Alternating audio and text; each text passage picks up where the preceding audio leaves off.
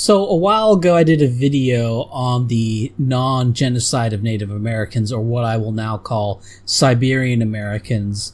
And some people thought, oh, he's just being edgy or whatever.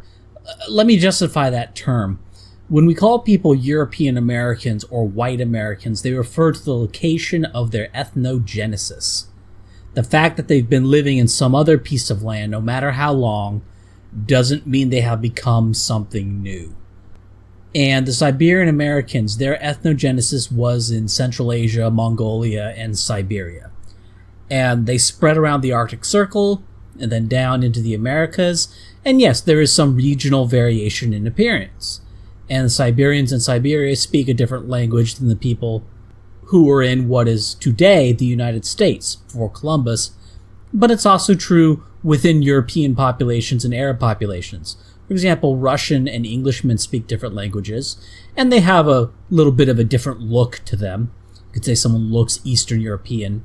The Arab language is actually varied to the point where someone in Morocco would have difficulty speaking to someone from Syria. And I have heard from linguists that Moroccan and Syrian are more different from each other than Norwegian and Swedish, that a Norwegian and a Swede would have an easier time understanding each other while speaking nominally different languages than a Moroccan would understand a Syrian despite speaking nominally the same language.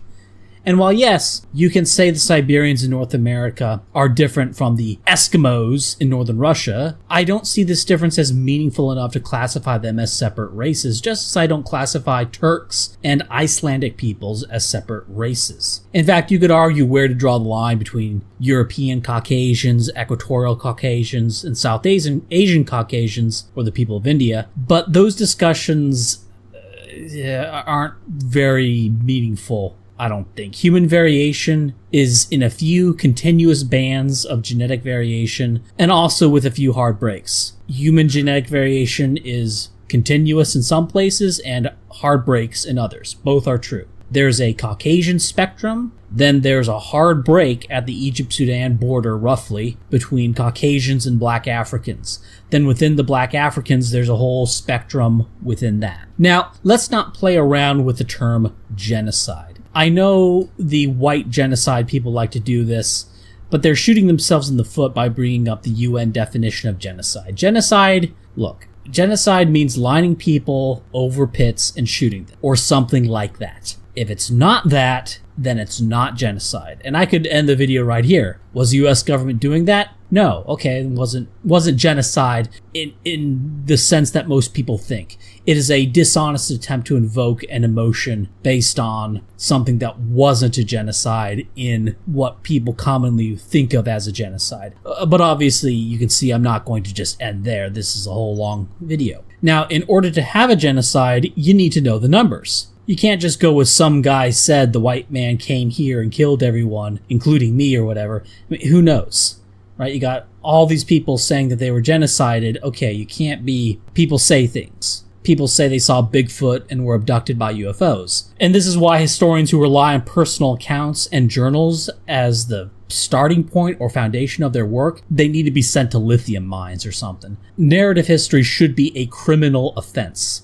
I'm dead serious, because they get people ginned up and make them into political activists about things that they have no good evidence on. Just hearsay, essentially. A bunch of journals saying something. A bunch of personal accounts. Primary sources, quote unquote. And when you're accusing people of doing horrible things, there needs to be something a bit more rigorous than that. So let's start with the most solid numbers, which is the number of Indians, quote unquote, in the first US census of what we now know are the Siberian American population in the US. What was done in 1853 was that census, and there were 400,764 of them. Okay, 1853, there are 400,764 of them in the US. How many were there back in 1492? Well, obviously they didn't have a census back then. Unlike now, Rome had a census, and all sorts of civilized societies had censuses, but they did not have a census. So we need estimates for the population. I looked up a bunch of estimates for hunter-gatherer population densities around the world. Now, obviously, assumption,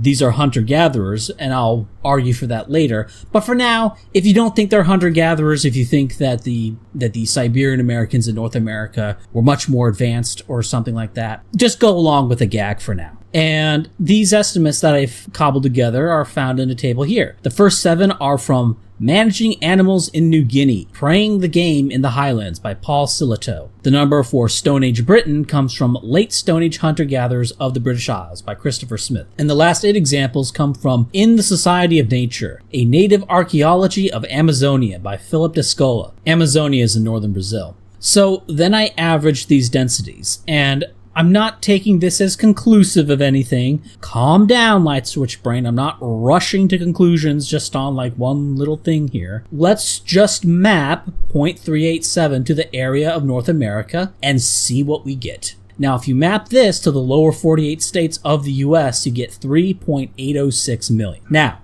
how appropriate is it to map the population densities of Amazonia and Malaysia and the Philippines and New Guinea to North America? I don't know. I personally think it's a very generous thing to do, a very generous assumption. Okay, let's do something else. Let's look at estimates for the global human population in 6000 BC and before. And this will include some amount of early agriculture, since it's not all hunter-gatherers back then.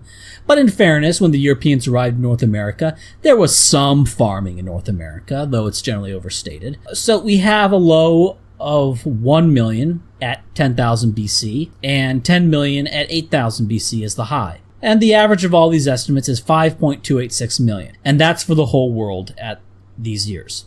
So the world landmass minus Antarctica is 134.74 million square kilometers. This is a population density of 0.039 people per square kilometer. Now, with this estimate, I think it's more appropriate to apply it to the whole of North America, not just the lower 48, because the whole world includes places like the Arctic Circle. And North America is a large enough chunk of the world that it seems like global averages might begin to apply somewhat. It's about 14.375% of the planet. Canada is 9.985 million square kilometers. The US plus Alaska is 9.384 million square kilometers, and the combined area is 19.369 million square kilometers, or 14.375% of the world's planet area. And by this method, by just multiplying that by 0.039, we get 772,941 people. Pretty low. That's a lot lower than the other estimate it seems too low to me. Okay, let's go with a high estimate that we had here, with 10 million hunter-gatherers worldwide. That would give us a global population density of 0.04 people per square kilometer. And applied to the US and Canada, that then would give us 1,433,306 people. A little bit lowish, I think, but now it's starting to sound a little bit more reasonable. What about other researchers on this topic? Well, going to Wikipedia, they say the low estimate is 2.1 million, a middle estimate is 7 million, and a high estimate is 18 million. Now, 7 or 18 million, okay, you're not talking about hunter-gatherers there, you're talking about agriculture. You have to be. So with those high estimates, the majority of people here are farming. But I also found some other estimates. One from Milner and Chaplin.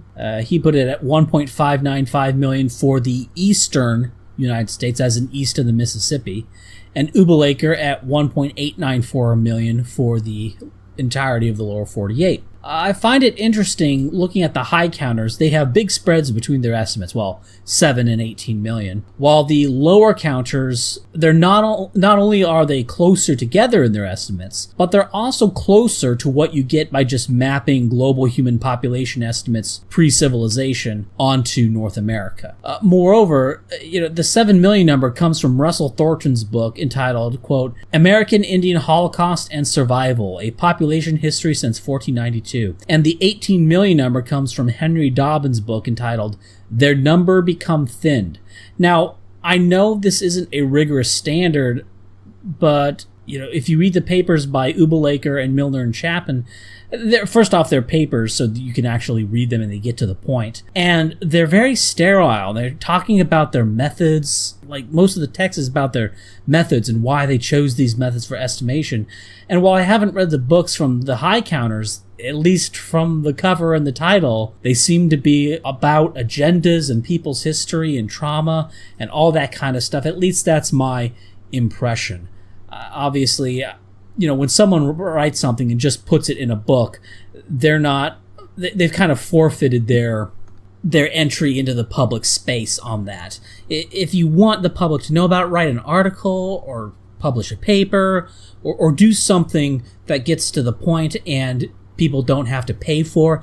If you're hiding something away in a book that people have to go past a paywall to get, then you're not part of the public discussion. Now, more recently, I found a paper entitled Hunter-Gatherer Populations Inform Modern Ecology, and they think that the world can support around 10 million hunter-gatherers. Incidentally, the same as the high population estimate that we saw on Wikipedia. Okay, so we already applied that 10 million number to the estimate of the population of North America just by multiplying that by the land area, okay? But there's an interesting little graphic here in the paper using indicators per 100 kilometers squared. Now, indicators are not people. There's something else. They're indicators of people.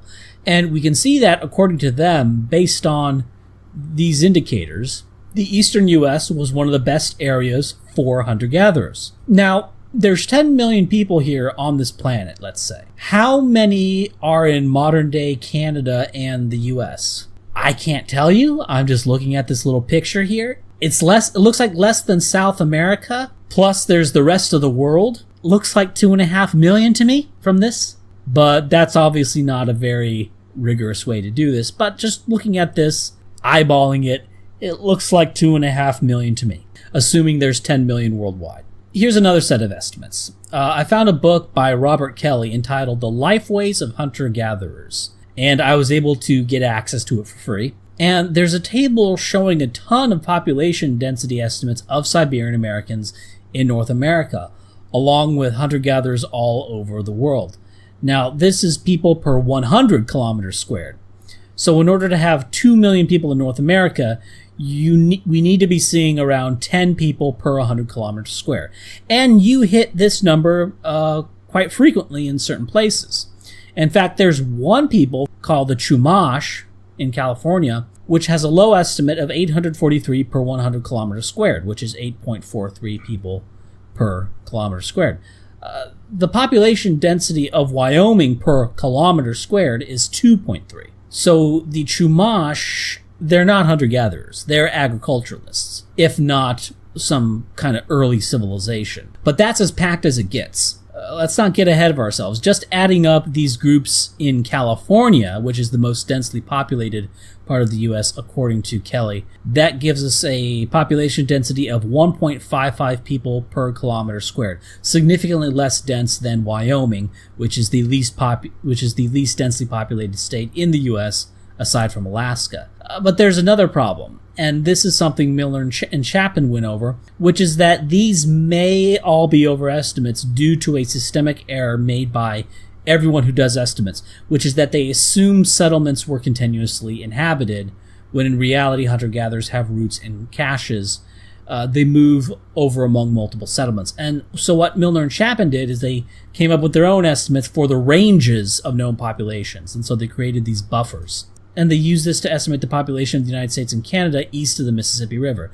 And the estimate they came to was 1.595 million east of the Mississippi. Now, they didn't do this for west of the Mississippi, but let's say the population west of the Mississippi is half of the population east of the Mississippi. Then we get a population estimate of North America of around 2.4 million. So these are the numbers we're kind of hitting at, right? When you avoid sort of the, I think, clearly politically motivated books that are pumping up a high number so that they can then say the lower number later is a result of mass extermination or something. I don't know exactly what their thrust is. When you get away from that and you get to more modern research and you get to more quantitative research, they all shoot anywhere between, The low ends of 1.4 million, high ends 2.5 million or something. So the next question, were they hunter-gatherers? Because all these low estimates seem to assume hunter-gatherers. And basically, when looking at modern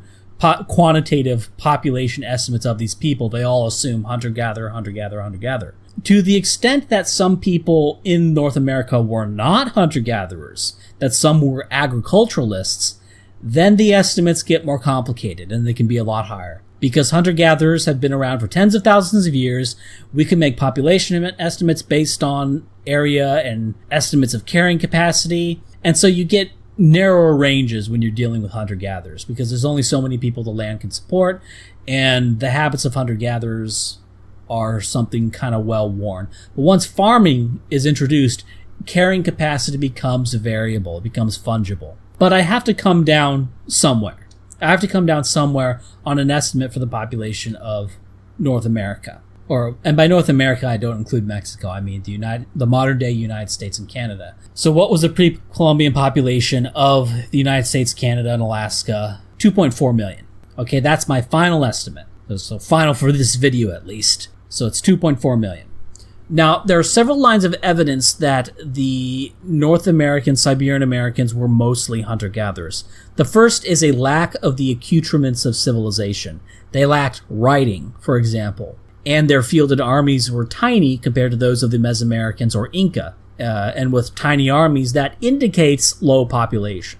And it doesn't necessarily mean a low population, but it's an indicator of low population. And they don't have many great structures. Again, no one thing is decisive in this, but it's all of a piece. There were some Mississippi mounds people like to point to, but mounds like that exist in pre-agricultural populations. Off the top of my head, I know they exist in the Volga region, and they were built before agriculture. They were built by hunter-gatherers, so that's not proof of agriculture. Stonehenge was also built by hunter-gatherers, so certain kinds of structures are not necessarily proof of civilization. Of agriculture. All right, agriculture means settlements where people lived in that showed signs of farming, but just not have civilization. But lacking civilization is a sign that you weren't agriculturalist, as civilization tends to follow agriculture. Now, it's possible that Europeans caught them just as they were starting to farm, but hadn't made the transition to civilization. That's possible, right? These kinds of coincidences do happen after all. But that's unlikely. First off, it's not impossible, but it's unlikely. A second line of evidence, which is the US government had programs that tried to basically re-educate Siberian Americans to try to force them to farm. And this is a very telling point, whatever your opinions about this are, because if these people had populations significantly larger than 2.4 million, they had to be farming. There's no way around that. And for these people, it was like pulling teeth to get them to farm, which is a sign that they weren't farming before the white man arrived. But it also highlights the canard that there was some kind of race-based genocide. Because if they were true racial supremacists in the way most people think about it, not just, we're better for now, but true, like, inherent racial supremacists in the most vulgar way, they wouldn't be trying to bring Siberian Americans into the European American fold like this. Yes, they were trying to destroy their way of life, and they were overt about that. And they succeeded. But this is not genocide. It is a lesser crime if you believe in self-determination, which I do, but those kinds of philosophical discussions are beyond the scope of this. Now, pinch tests.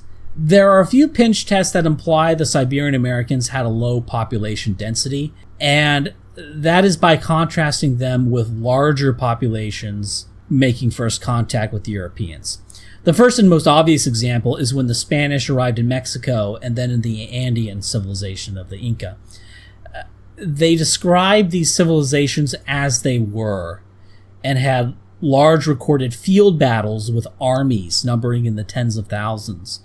This is what happens when civilizations try to conquer other civilizations, right?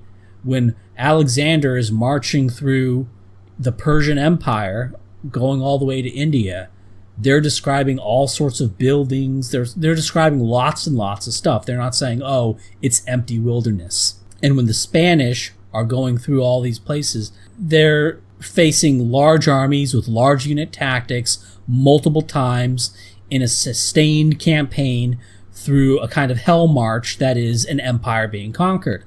There are sieges of cities, right? Cities. There are generals on the other side communicating with each other through writing, or in the case of the Inca, through the quechua, which is kind of a rope written language through knots on ropes. Now, whenever Europeans arrived at civilizations, as far as we know, they didn't hide the fact.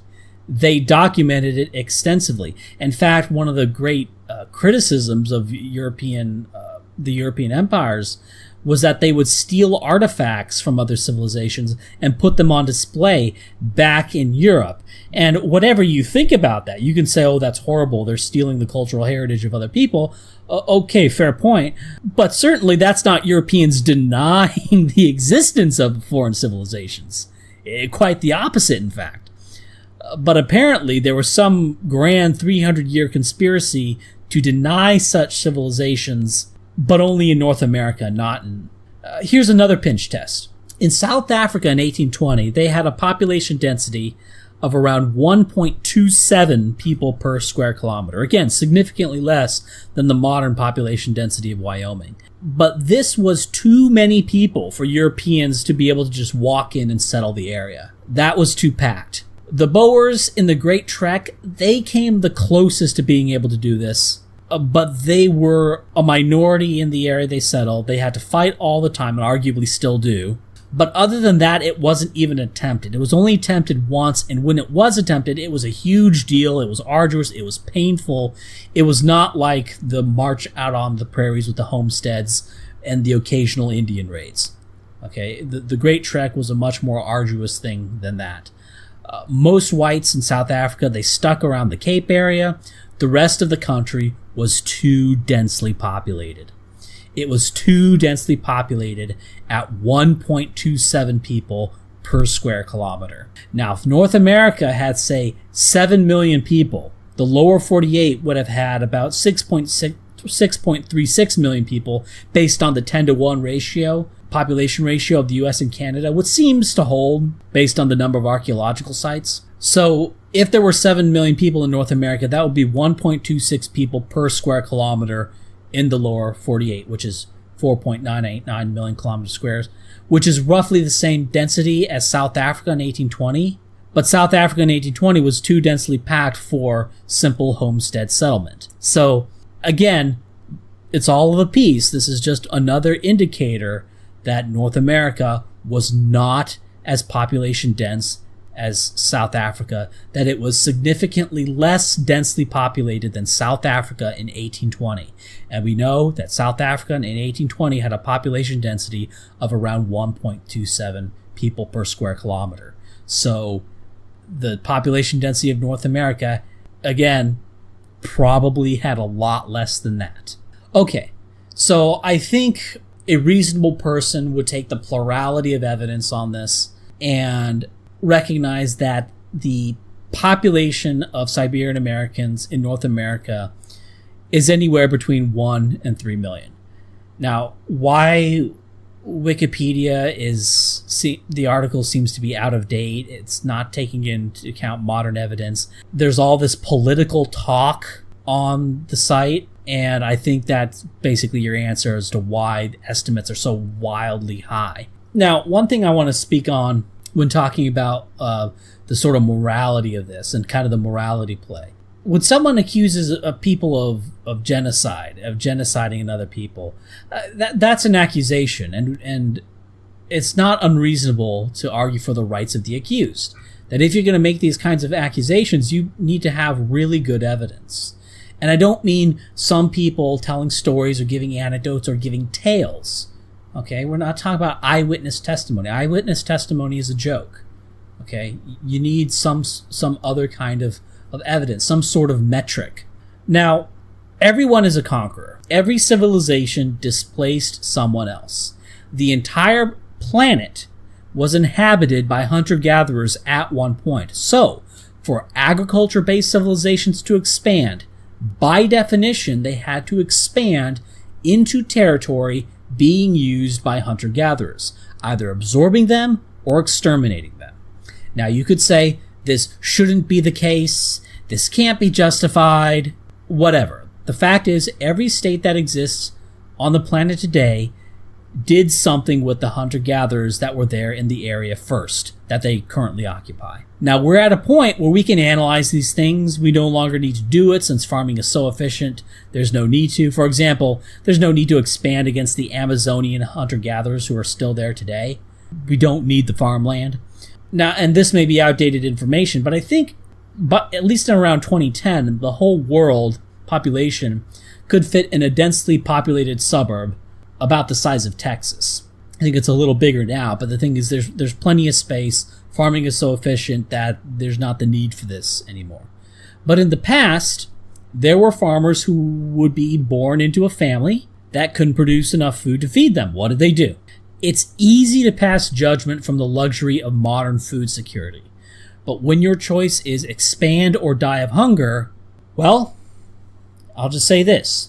Those who held to whatever principles they had against naked conquest, they weren't long for this world. The world was inherited by those who did. You exist because some agriculturalist took over the home range of a hunter-gatherer. Whether it was 10 years ago or 10,000 years ago, you exist because of the kind of naked conquest of the hunter-gatherers that you curse Americans for. Genocide. So, 2.4 million. We're settling on that number. Okay, what was the population of Indians according to the U.S. Census in 1853 again? 400,764. So, wow, 16.7% of the initial population, or an 83.3% reduction. Well, golly, that sounds like a genocide to me, but hold on a minute. The population decline occurred over 350 years. Per year, off of the starting value, this is a 0.238% decline per year. 0.238% population decline. The population of Bulgaria right now is currently declining at about 0.7% per year. Which is to say, Bulgaria's population is currently declining, around 2.5 times as fast as the Siberian American population, a little more than that. Faster than the Siberian American population did. And that was a so-called genocide. There are lots of populations around the world today that are declining faster than the supposedly genocided Siberian Americans did. That they're currently declining at a faster rate than a population that we are to believe was being genocided.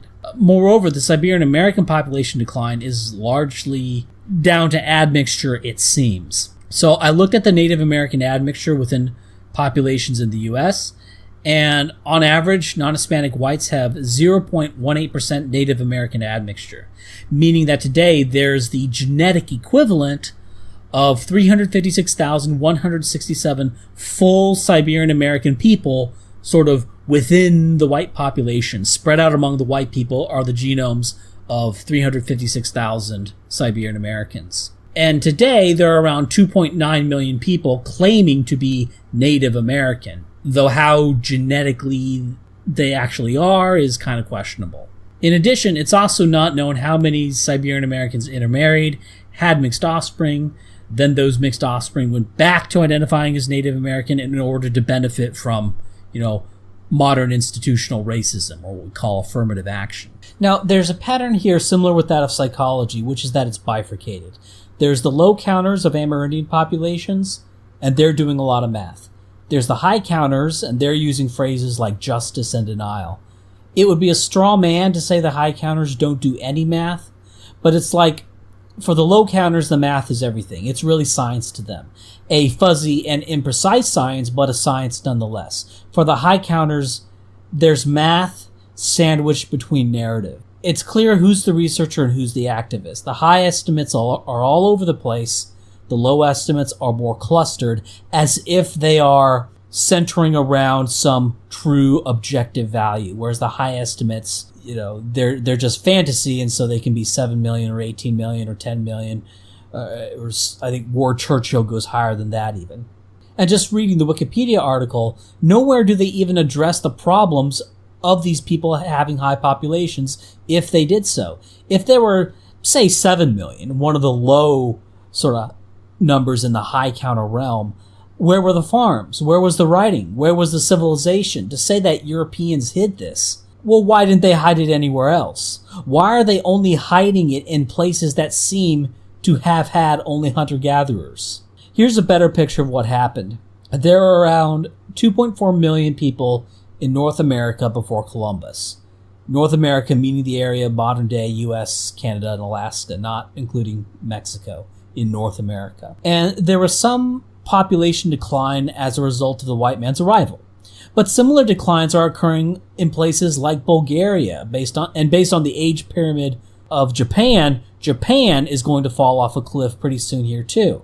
And the decline of the Siberian American population was less than what we're seeing today. So there was a decline, but in the grand scheme of things, it was trivial. Now, a trivial effect over a long period of time can have a big effect, but it's certainly not the kind of genocide that these hysterical people make it out to be. There were times in ancient Greece where, by account, writers would say the population is below replacement and there are more old than young people. Whatever you feel about that, this isn't genocide. You want to talk about instances of actual genocide? Tasmania, probably where it actually happened. There may be more, but always be skeptical of this. You should especially be skeptical when the group that was supposedly genocided has millions of people saying that they were genocided. It doesn't mean that they weren't, but it's a sign that one should be a little bit of a skeptical Sam when there are millions of people of a group that claim to have been genocided and they're still here. You also have to think about incentives on this. As a Siberian American, do you gain more power by claiming horrible things were done to you, or saying the true thing, which is that you probably got it pretty good compared to what happened to most hunter-gatherer populations in world history? Do you get more political power counting your blessings or your curses? Curses, obviously.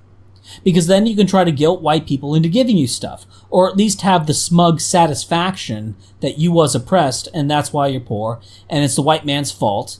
The reservations are the way they are. From a psychological standpoint, that's far more satisfying than a much more boring and conventional explanation, which is just, this is how you are and always were. That's a pill to swallow.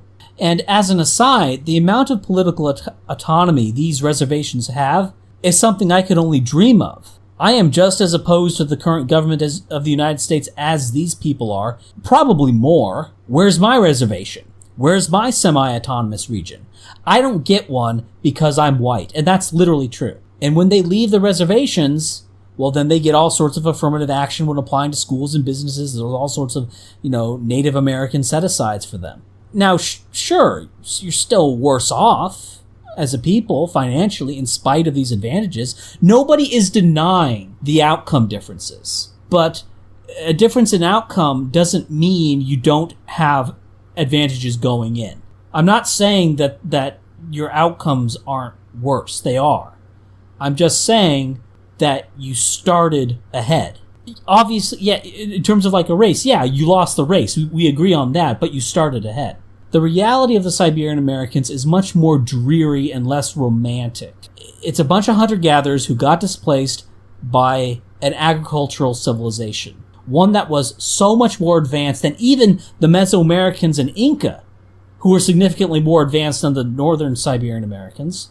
They were so much more advanced than the Mesoamericans and the Inca that they got to North America first. That they were able to build ships that could cross the Atlantic and supply all that and account for all that, and then able to conquer the Inca. Not Mesoamerica, it wasn't really conquered, but were able to conquer the Inca from across the Atlantic. And that these differences in outcomes persist today, despite the institutional advantages of being a Siberian American. Well, which is easier, blaming outward or looking inward? Okay? And it's quite clear which is easier to do. Oh, don't listen to this guy. He's an evil racist. Okay, well, who's going to tell you this if this were true? Who but somebody who gets called an evil racist would tell you this if it were true? Here's another thing. Somebody merely telling you this, some guy, by the act of telling you this, is going to be called an evil racist, right? So it's circular reasoning. Oh, the only people who tell you that, you're not all cracked up that you thought to be, and you're not actually oppressed, and in the grand scheme of things, you actually got off pretty easily. Who's going to tell you this but somebody who's going to be called an evil racist? Because when they tell you that, they then become an evil racist, right? So if it were true, the only people who would tell you this are people who would then be called evil racists. Imagine if people like me had a reservation and then have what is in effect a localized casino monopoly, a monopoly on gambling, like one of the old medieval charters of monopoly privileges. That effectively is what you have. So you get free money, literally free money, to be able to then legally prohibit certain people from becoming residents of your area based on their genetics. I mean, I find it hard to feel sorry for people with so many institutional advantages that were just handed to them for losing when I have none. I have no representation, I have no institutional set-asides, but then I'm treated as if I'm in power or as if I inherited anything, and then crimes laid at my feet based on what? Based on hearsay. People saying, Ryan, get some credentials. Okay, Rushton had credentials.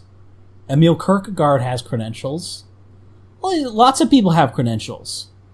It doesn't matter. If you get credentials and say what they don't want you to say, then you're a crank. Credentials only matter if you're saying what someone agrees with. And I try to be polite about it. I try to stick to the facts, but it's hard when they won't even listen and you have all these hacks tell them what they want to believe. Why are there people running around saying that there were, 10 plus million people in North America before Columbus? Because there's a market for it. People will buy it. Right? And universities are fundamentally a business. They have to turn a profit. Okay, universities are a business. People will buy this, and there you go. That's why it's being produced. This research is being produced because there's a market for it. Saying 10 plus million Amerindians, well, where's the farming? Oh, don't think about that, but whatever. There's 10 plus millions of them, which means there was a genocide. And it's a battle with people just to be allowed to think and speak, to be allowed to just do your own analysis. Like, can we investigate things? Are we allowed to investigate things, or do we just have to go with the the preachings of the mandarins? Like, are we even allowed to hey, let's pop out a spreadsheet and let's look at what estimate, let's do stuff. Let's think. Let's investigate. Let's explore. Like, it's almost as if when talking to people with reverence for conventionality, it's like you're just not allowed to do that. Like, you're not. It's. I know it's kind of cliche, but it's literally like you're not allowed to think, because if you start thinking and start analyzing stuff, then all the stories, which I guess they imagine is like the glue of their civilization, begins to break down or something. I don't know what's going through their head, if anything, or if it's just sort of a knee-jerk, revulsion to, hey, let's look at some realistic estimates of what the population could have been, And this is something liberating about sports betting. And I talked about sports betting quite a bit from time to time. In sports betting, it's about getting it right. You just have to get it right. And you don't have to explain to retards why you use this or that statistical method. You don't have to get past some idiot peer review panel or any of that crap. You just have to be right. And if you're right, you win money. If you're wrong, you're one of the losers. And what you'll notice is that in sports betting and in stock trading, amateurs get in and win all the time. And being a professional in those things has nothing to do with a credential. I'm sure maybe there's some college classes on picking stocks, but as a field, it's not dominated by academia. Academia dominates that which doesn't have an objective outcome and cannot be denied. Okay? In sports betting, there is an objective outcome that cannot be denied. And nerdy autodidacts can win at it because all they have to do is solve the actual problem. and be right. They don't have to convince some mass of retards why they're right and why a former NFL quarterback is completely retarded at predicting game outcomes and is worse at predicting game outcomes than a nerd with a spreadsheet. They just do it, and it gets proven every week. Take an MMO game. What I like to bring up is World of Tanks, but you can apply it to whatever time waster you played. I haven't played World of Tanks for 2 years now. But when I did, I was a purple player, the top 1%. Not something to be proud of, okay? But imagine if, instead of just doing the thing and winning, with all of the complexities of execution, it's several times more complicated to explain what you're doing than to just do it. And you have to explain it to these light switch brains who are going to argue with you. They're going to have their own opinions. Imagine if I had to explain all of what I was doing in World of Tanks without being able to just say, look, this works. Look how much I win. Look how much you win. Okay, I'm purple, you're green, you're a pancake. Do what I say. Right? Imagine if you had to try to convince them, to not rush Valley in a light, for example, and try to explain why, it would be a nightmare. And they would get mad at you and think you're, imperialist, and think you're an asshole for trying to shove your opinions down their throat. And then imagine that the game dev came in, right? And the game dev is saying, this is how you should play the game. And he gave his ice cold takes on what strategies you should use. And the game devs of World of Tanks, they're not very good. And then the light switch brains will go, oh, well, he's the developer. I'm going to trust him over you. You're just some random guy. But because there are actual objective outcomes in the game, I can easily just say, no, I'm way better than the game dev at this. But it's more difficult to do that when talking about psychometrics, to say, no, look, you should listen to me on stuff about psychometrics because I know more about psychometrics than this guy who has a PhD in psychology. That's tougher.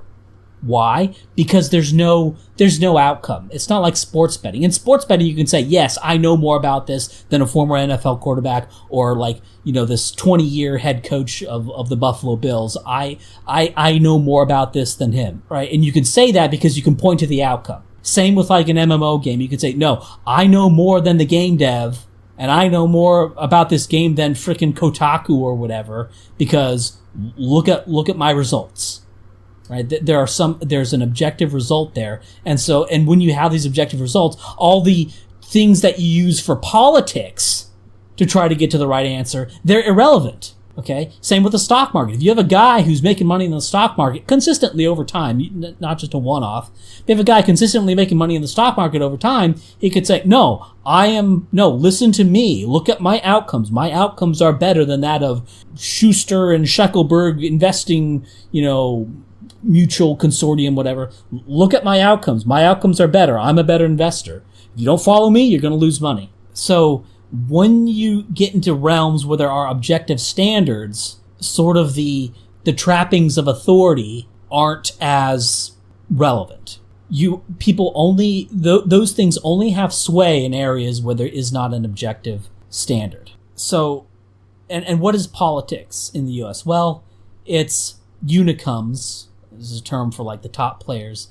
Well, politics is it's unicums trying to explain to the cran eaters what's going on, and to also prove that the developers aren't actually that good at their own game. Okay? That's what politics is, and that's why this is so hard.